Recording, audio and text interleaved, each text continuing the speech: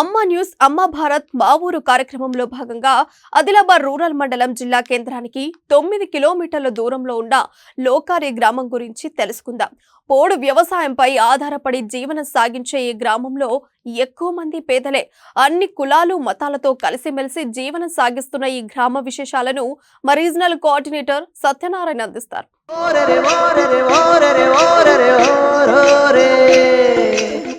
అమ్మా న్యూస్ అమ్మా భారత్ వీక్షకులకు నమస్కారం. మా ఊరు కార్యక్రమానికి స్వాగతం.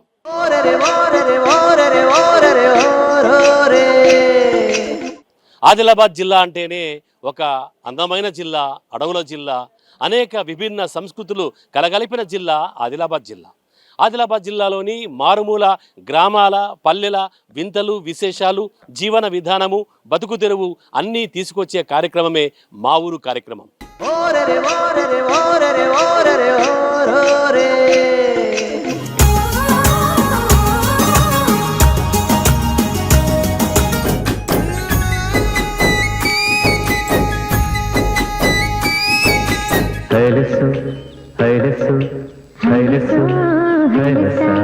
సో కార్యక్రమంలో భాగంగా ఈరోజు మనం ఆదిలాబాద్ రూరల్ మండలం లోకారి గ్రామంలో ఉన్నాం. లోకారి గ్రామ విశేషాలని, వింతల్ని మనతో పాటు పంచుకునేందుకు గ్రామస్తులందరూ కూడా రచ్చబండ దగ్గర సిద్ధంగా ఉన్నారు. వాళ్ళందరినీ మాట్లాడించి గ్రామం యొక్క వింతలు, విశేషాలు, గ్రామం ఎప్పుడు పుట్టింది, గ్రామం యొక్క పేరు ప్రఖ్యాతులు ఏమింది, ఊర్లో ఏ కార్యక్రమాలు జరుగుతాయి, ఎలా ఉంటుంది జీవనశైలి, ఇవన్నీ తెలుసుకుందాం.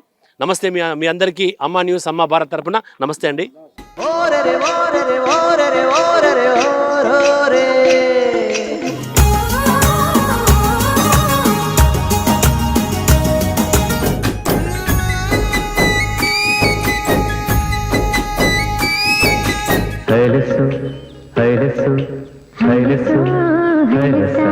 గ్రామ సర్పంచ్ మనతో పాటు ఇక్కడ ఉన్నారు.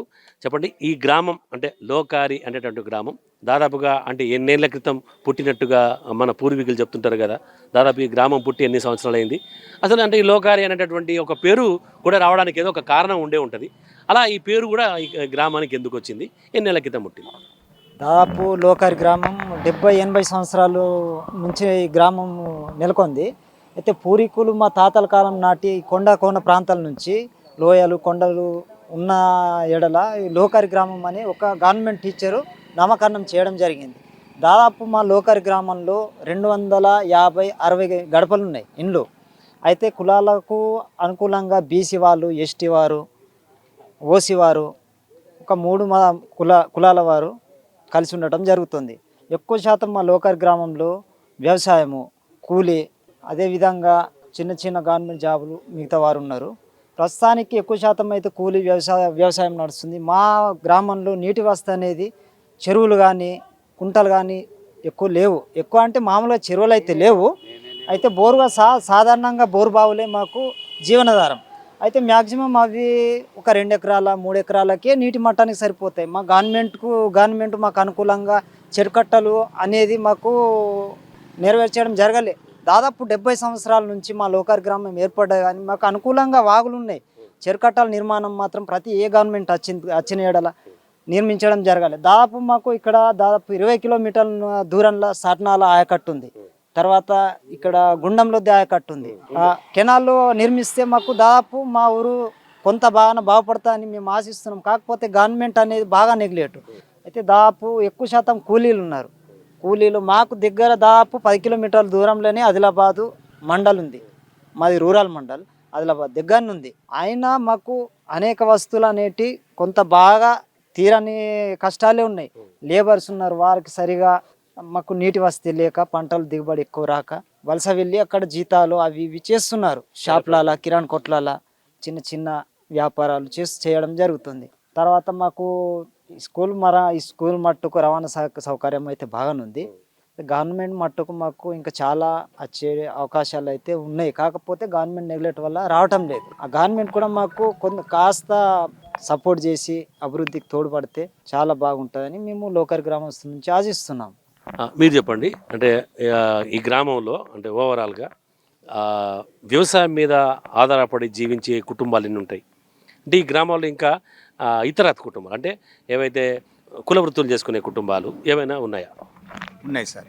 కుల వృత్తులు చేసుకునే కుటుంబాలు, ఒక 4 కుటుంబాలు ఉన్నాయి. కుల వృత్తులు చేసుకుంటున్నారు. వ్యవసాయం మీద మొత్తం ఆధారపడి ఉన్నది మా గ్రామం. ఆదిలాబాద్ రూరల్ మండలంలో లోకారి గ్రామంలో పెద్ద మొత్తం వ్యవసాయ ఆధారపడి ఉన్నది.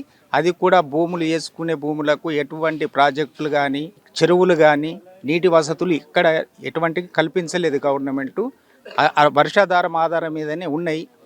ఒకటి పోడు భూములు ఏజెన్సీ ప్రాంతంలో నివసిస్తూ గత 60 సంవత్సరాలు 70 సంవత్సరాల నుంచి తాత ముత్తాతల నుంచి ఇక్కడ ఉంటున్నాము. మా భూములకు ఎటువంటి పట్టాలు లేవు, పానీలు కూడా ఇవ్వడం లేదు. లోన్ లేపుకుందామంటే మాకు పానీలు అవసరం, పట్టాలు లేవు. పట్టాలు లేని దానికి గ్రామీణ ప్రాంతంలో నివసిస్తున్నాం కాబట్టి మాకు సోలా బట్టే నంబరు సర్వే నంబర్లో 60 సంవత్సరాలు తాత ముత్తాతల నుంచి ఇప్పటి వరకు మాకు ఎటువంటి ఇది లేదు. ఏ ప్రభుత్వం కూడా మమ్మల్ని పట్టించుకుంటుంటే లేదు. మరి పట్టాలు ఇస్తారా, దానికి ఏదన్నా మాకు ప్రూఫ్ ఇస్తే బాగుంటుందని మేము కోరుకుంటున్నాం ప్రభుత్వానికి. రైతు బంధు కూడా మాకు రాదు. ఎటువంటి దానికి మేము లోచుకోలేని పరిస్థితిలో ఉన్నాం. అంటే పోడు భూములు సాగు చేసినప్పుడు ఆ పోడు భూములకు సంబంధించి హక్కు పత్రాలు మీద లేవు సార్. ఒకప్పుడు ఇచ్చినవి ఉన్నాయి, తాత ముత్తాతలు అప్పటి ఉన్నాయి. కానీ ఆ హక్కుపత్రాలు ఎందుకు ఇచ్చిండ్రు, మరి దానికి ఎటువంటి సంబంధం లేదు.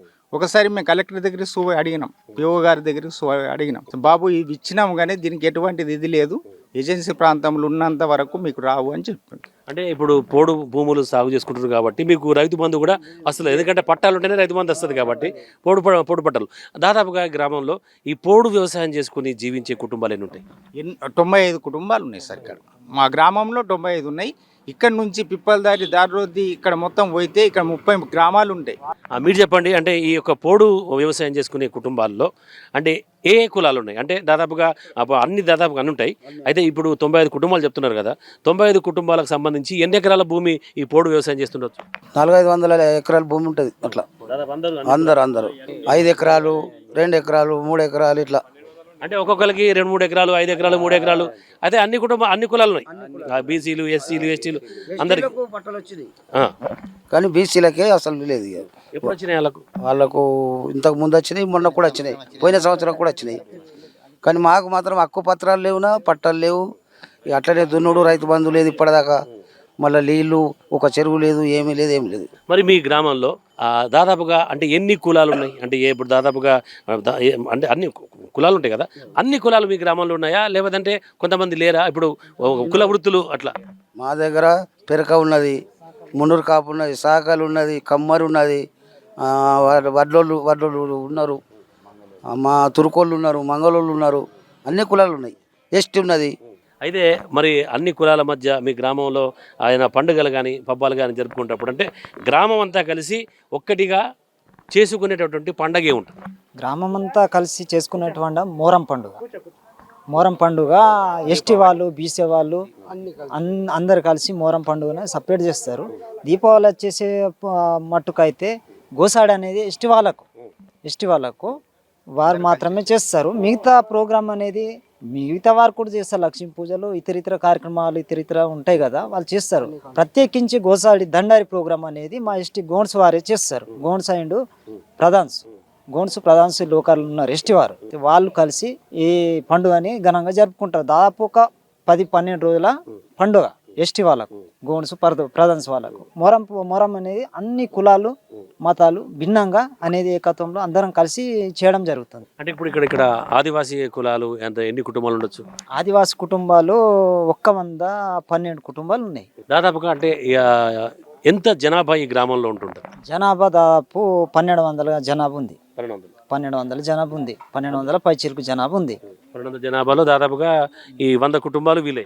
అవును, 12 కుటుంబాలు గిరిజన కుటుంబాలు ఉన్నాయి. మరి ఇప్పుడు గిరిజనుల పండుగలు, మీ పండుగలు అంతా ఒక గ్రామం అంటే ఒక పండుగ వాతావరణంలో కలిసికట్టుగా అన్ని జరుపుకుంటారా? కలిసికట్టుగా అంతా చేస్తారు. తర్వాత పోలాల పండుగ సపరేట్ అనేది లేదు. పోలాల పండుగ బీసీ, ఓసీ, ఎస్సీ ప్రతి రైతులు అన్ని కులాలు కలిసి మంచి గ్రాండ్గా మా లోకల్లో జరుగుతుంది. పొలాల పండుగ ఎట్లా జరుపుకుంటారు? ఏం చేస్తారు పొలాల పండుగ? పొలాల పండుగ రైతులు ఎడ్లను ఊదిచ్చుడు కానీ ఆదిలాబాద్ వెళ్ళి దానికి గజ్జలు, గంటలు, తాళ్ళు, మొగదాళ్ళు తీసుకొచ్చి ఇక్కడ హనుమాన్ మందిర్ ఉన్న హనుమాన్ మందిర్ దగ్గర దాన్ని పూజిస్తారు. పూజించి ఇక్కడ కులము, మతం, భేదం ఏది లేదు. ప్రతి రైతు, ప్రతి కుటుంబం అన్నీ కలిసి అందరు పటేలు మహాజను దేవరి అల్లి పెదకాపు అందరు కలిసి దాన్ని పూజించి అందరు కలిసి మెట్టుగా ఉంటాం. ఎందుకంటే రైతుకు ఎద్దుకు విడదీయలేని బంధం ఉంటుంది. సో ఎడ్ల పండుగ అంటేనే ఒక రకంగా రైతుల పండుగ. రైతుల పండుగ దాన్ని తాతల పూర్వాల నుంచి ఎప్పుడో నుంచి అది పొలాల పండుగ జరుపుకుంటాం. తర్వాత గ్రామంలో అంటే సాధారణంగా మీరు చెప్తున్నారు అంటే ఇప్పుడు వ్యవసాయం అయితే ప్రధానంగా వర్షాధారం మీదనే సాగుతున్నది. మరి ఒకవేళ వర్షాలు పడకపోతే పంటల పరిస్థితి ఏంటి? వర్షాలు పడకపోతే ప్రతి రైతులతో పాటు కూలీలు ఆర్థికంగా అంతా మొత్తానికి నష్టమే. ఒక 2 పూటలు తిని ఉండటమే తప్ప వేరేది ఏం మాకు మా లోకల్ గ్రామంలో చేయంది ఏం లేదు. ఆధారం అనేది లేదు. అంటే గ్రామంలో చెరువు లేదు, చెరువు లేదు. అంటే వాగులు ఉన్నాయి, కాకపోతే గవర్నమెంట్ అనేది పట్టింపు లేక చెరుకట్టలు నిర్మించడం లేదు. అంటే వాగుల నీళ్లు వర్షం వస్తున్నప్పుడు కుట్టుకుపోతున్నాయి, మళ్ళీ ఎండాకాలం ఎండకపోతున్నాయి. అంటే ఒక చెరువు కట్ట వేస్తే కనుక నీళ్ళు లాగిపోయి మీకు భూగర్భ జలాలు కూడా అడుగంటిపోకుండా నీళ్ళు వచ్చే అవకాశం ఉంటుంది. సో ప్రభుత్వం ఏంటంటే మీకు గ్రామంలో ఉన్నటువంటి వాగులకు చెరువు కట్టలు నిర్మించి వర్షాధారంగా కాకుండా సాగుకు నీరు కూడా అందించే ఏర్పాటు చేయమని కోరుతున్నారు. చెరుకట్టలు నిర్మిస్తే భూగర్భ జలాలు పెరిగి ఏదో ఇంత 2 ఎకరాల 3 ఎకరాల అంత మట్టుకన్నా నీటి సౌకర్యం అనేది చేన్లలో మాకు దొరికే అవకాశం ఉంటాయి చెరుకట్టలు నిర్మిస్తే. అది ఇప్పటి వరకు 1970 మన 1947 నుంచి స్వతంత్రం వచ్చిన అప్పటి నుంచి మాకు దాదాపు 70-80 సంవత్సరాల నుంచి మా లోకారి గ్రామం నిర్మితమై ఉండి ఇంతవరకు మాకు వాగులు వంకలు ఉన్నా కూడా ఇంత చెరుకట్ట కూడా మాకు గవర్నమెంట్ అనేది నిర్మించడం జరగటం లేదు. అంటే అంతగా గవర్నమెంట్ 1947 నుంచి నెగ్లెక్ట్ చేస్తున్నారు. ఈ ఒక విలేజ్ని కామన్గా నెగ్లెక్ట్ చేస్తున్నారు.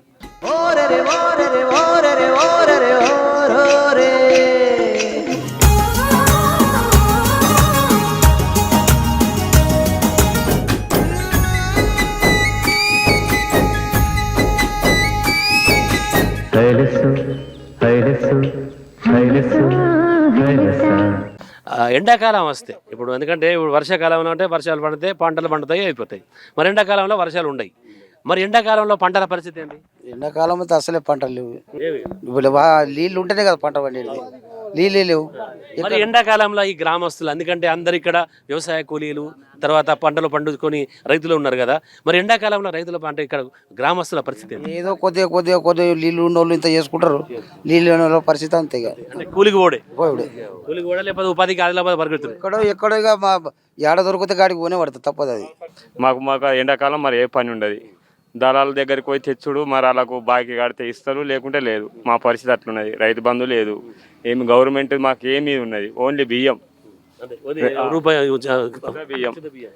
వీటికి మరి అన్ని చేయాలంటే మరి ఏడన్నా దారి పట్టుకొని ఏదైనా కైకిలు పోయి బతుకుడే. అంటే మొత్తం ఏంటంటే మీరు ఎన్ని ఎకరాలు సాగు చేస్తున్నారు? మేము 5 ఎకరాలు సాగు చేస్తున్నాం. పోడు వ్యవసాయమే. పోడు వ్యవసాయం ఏం చేస్తున్నారు? దాంట్లో ఏం పంటలు వేసినారు? పత్తి. మాకు నీళ్ళు లేదు, నీకు ఏం ఆధారం అదేయ్యా. అంటే సాధారణంగా ఇక్కడ ఇప్పుడు ఈ గ్రామంలో లోకారి గ్రామంలో ప్రధాన పంట పత్తేనా? పత్తి, తొగరి, అవి కందులు. పత్తి, కందులు. మరి ఎట్లున్నది సార్ పత్తి పంట? ఇవిడైతే బాగా లాస్ అయిపోయింది. వర్షాలు ఎంతున్నది? మద్దతు ధర ఏమి 6,800 400 ఉన్నది ప్రైవేటు. ఇది 7,020.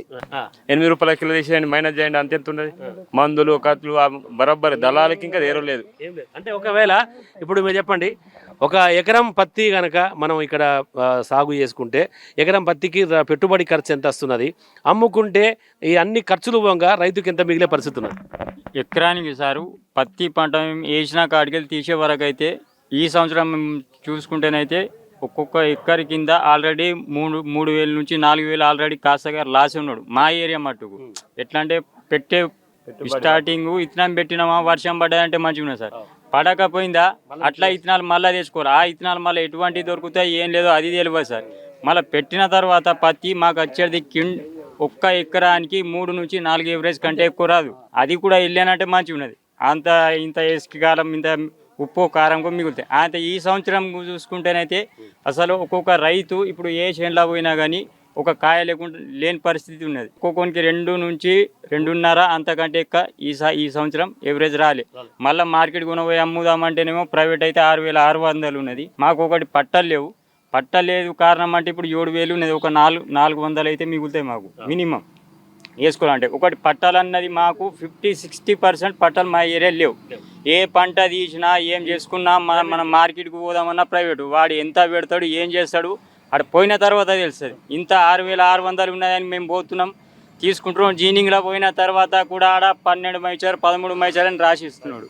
అంటే మీరు సీసీ అమ్ముకునే పరిస్థితి లేదు, ఎందుకంటే మీరు పట్టాలు లేవు, బ్యాంకు పుస్తకాలు లేవు. నేను ఉన్నది ఒకటే, ఇది మా ఏరియాలో ఏజెన్సీ కాబట్టి మాకు పట్టా లేకనే ప్రతి ఒక్క రైతుకు ఇబ్బంది ఉన్నది.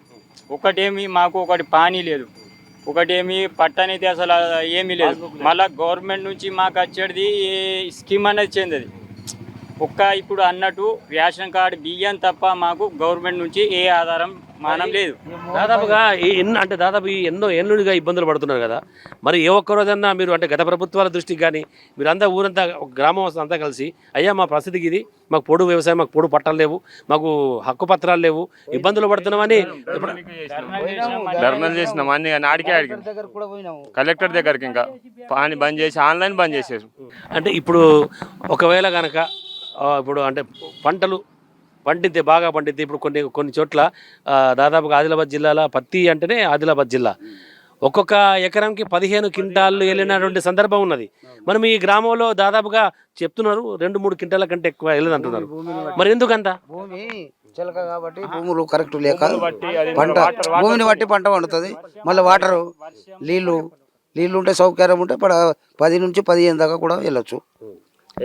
నీళ్లు సౌకర్యం. ఇప్పుడు మీ భూమి ఎలాంటి భూమి అంటే ఎప్పుడన్నా వ్యవసాయ అధికారులు వచ్చి మీ భూసార పరీక్షలు చేసి ఈ భూమి ఇక్కడ ఇలాంటి విత్తనం వేస్తే బాగుంటుంది, లేదంటే మీ భూమిలో ఇవి ఉన్నాయి కాబట్టి ఇవి వేసుకుంటే అని ఎప్పుడన్నా సూచనలు సలహాలు ఇచ్చిన సందర్భాలు ఉన్నాయా?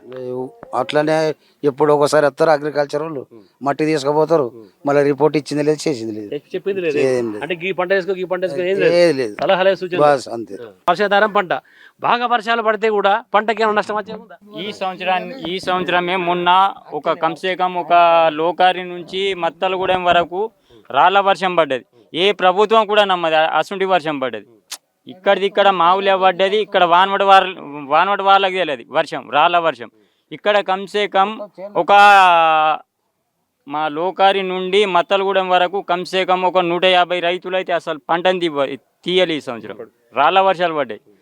చెట్లు పోయినాయి, టేక్ చెట్లు అవి ఇవి మొత్తం లేదంటే లోకారి నుంచి మత్తలగూడెం వరకు ఒక్కొక్క. అప్పుడు ఎంత నష్టం వాటిలో ఉండొచ్చు? మినిమం 150 రైతుల నుంచి 200 రైతుల దాకా మొత్తం ఇక్కడ నుంచి అయితే మత్తలగూడెం 2-3 ఊర్లకు నుక్సాన్ చేసిపోయింది. కాబట్టి నష్టం జరిగినప్పుడు మీరు అందరు కలిసి ప్రభుత్వం అగ్రికల్చర్ వాళ్ళు కూడా వచ్చిండు, రాసుకున్న వాళ్ళు కూడా వెళ్ళి దాకా మాకు ఎలాంటి నష్టపరిహారం రాసింది? ₹1 రాలే. 200 మంది రైతులు 200 మంది రైతులు నుక్సాన్ అయ్యారు. ఆల్రెడీ మామూలుగా మినిమం ఒక 30 నుంచి 25 నుంచి 30 మంది అయితే ఆల్రెడీ పాపం ఒక్క పంట అసలు పత్తి తీయాలి, మొత్తం కోల్పోయింది.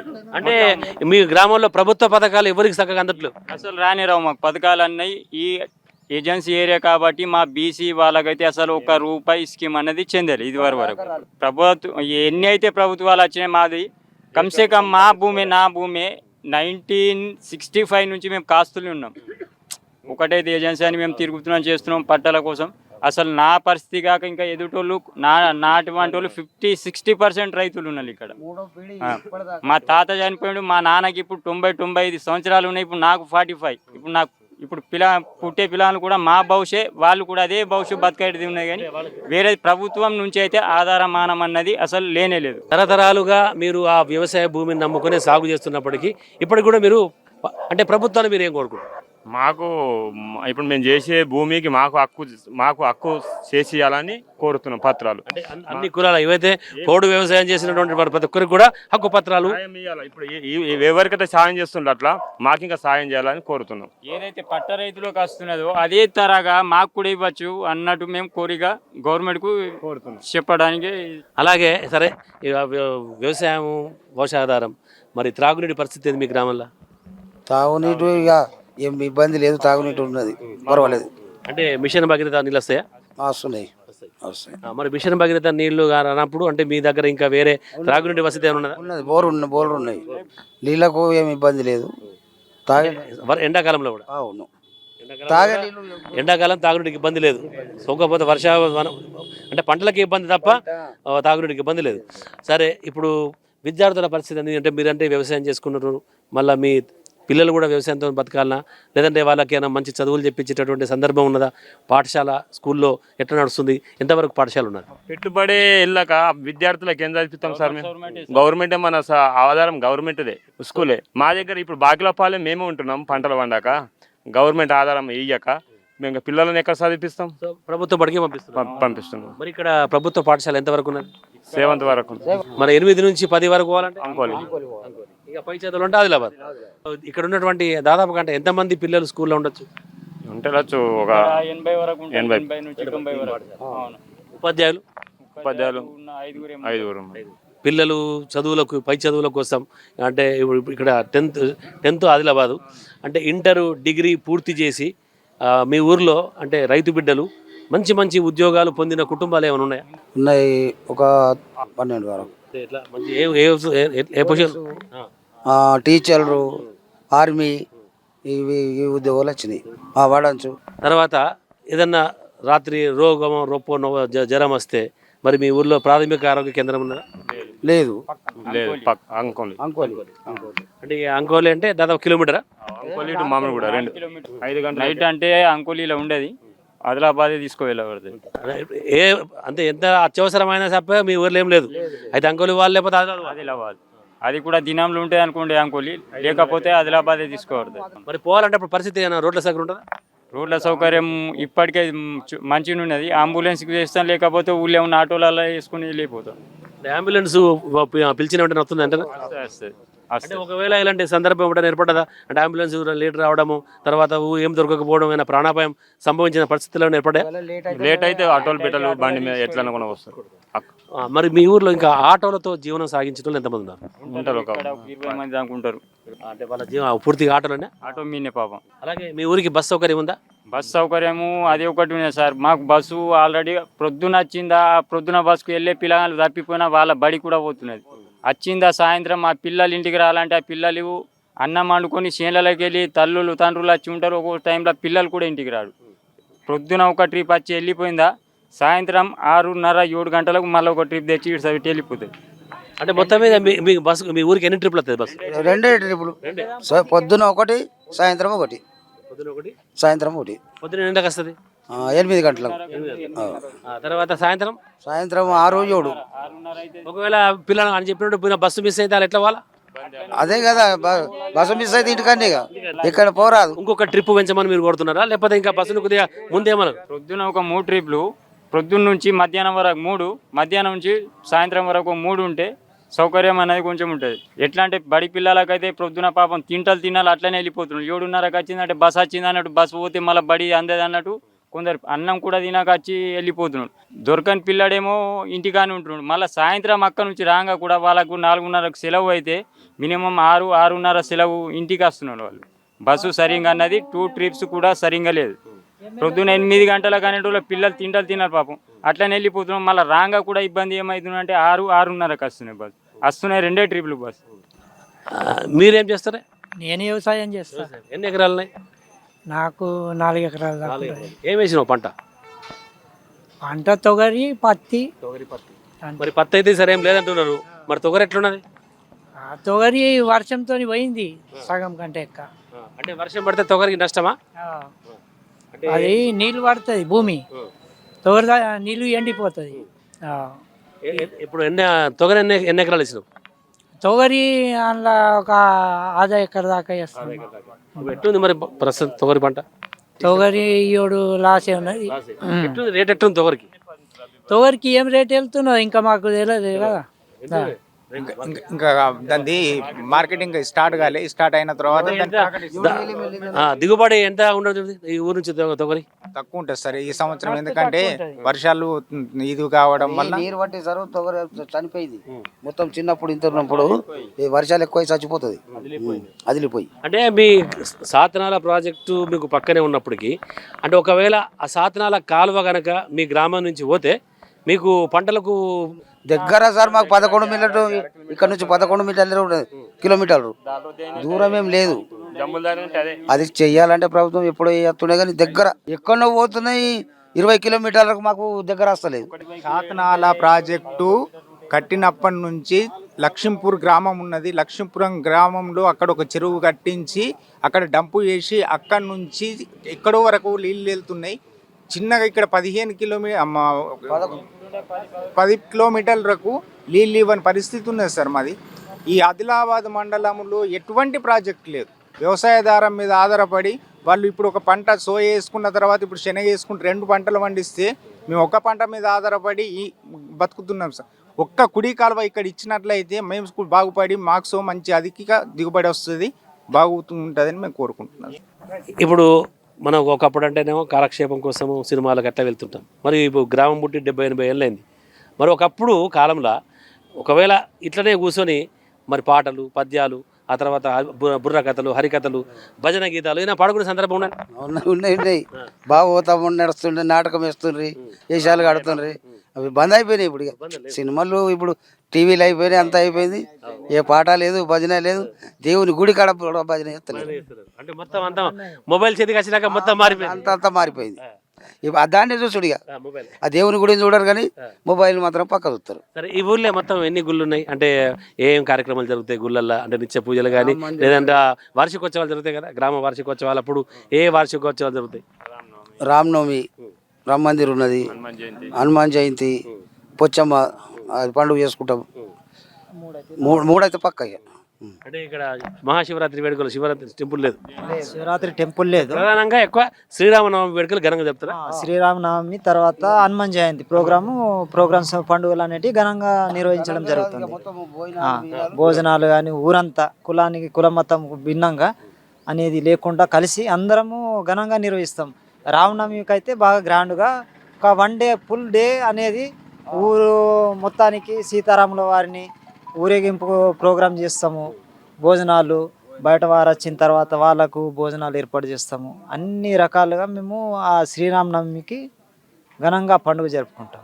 ఇది లోకారి గ్రామం. వాళ్ళంతా కూడా ప్రతి పండుగను కూడా అన్ని కులమతాలకు అతీతంగా కలిసికట్టుగా గ్రామంలో అన్ని పండుగలు జరుపుకుంటామని, ప్రత్యేకంగా శ్రీరామనవమి వేడుకలు అయితే ఘనంగా, హనుమాన్ జయంతి వేడుకలు కూడా ఘనంగా జరుపుకుంటామని, కాకపోతే తాము పోడు పట్టాల విషయంలో కొంత ఇబ్బందులు పడుతున్నామని, ప్రభుత్వాలు పోడు పట్టాలకు హక్కు పత్రాలన్న ఇచ్చి లేదంటే పట్టాలన్న ఇచ్చి తమను ఆదుకోవాలి. ఎందుకంటే కనీసం రైతు బంధు కూడా రాలేని పరిస్థితి అని, అలాగే వ్యవసాయం పూర్తిగా వర్షాధారమైంది కాబట్టి కనీసం ఇక్కడ ఉన్నటువంటి ఒక కాలువలకు, ఒక వాగులకు చెరువు కట్టగా అడ్డుకట్ట కనుక వేస్తే, అలా లేదంటే ఆ పక్క నుంచి పారేటటువంటి ఒక సాత్నాల ప్రాజెక్ట్ నుంచి ఒక కాలువనైనా ఇటువైపు మళ్లిస్తే తమ గ్రామాలకు, తమ పంట పొలాలకు సాగునీరు అందుతుందని గ్రామస్తులందరూ కూడా చెప్తున్నటువంటి పరిస్థితి. ఇది ఈరోజు మన ఊరు కార్యక్రమం. రేపు ప్రసారం అయ్యే మన ఊరు కార్యక్రమంలో మరొక గ్రామంతో మరికొన్ని విశేషాలతో మళ్ళీ కలుసుకుందాం. అంతవరకు చూస్తూనే ఉండండి అమ్మా న్యూస్, అమ్మా భారత్, జనం కోసం నిజం కోసం.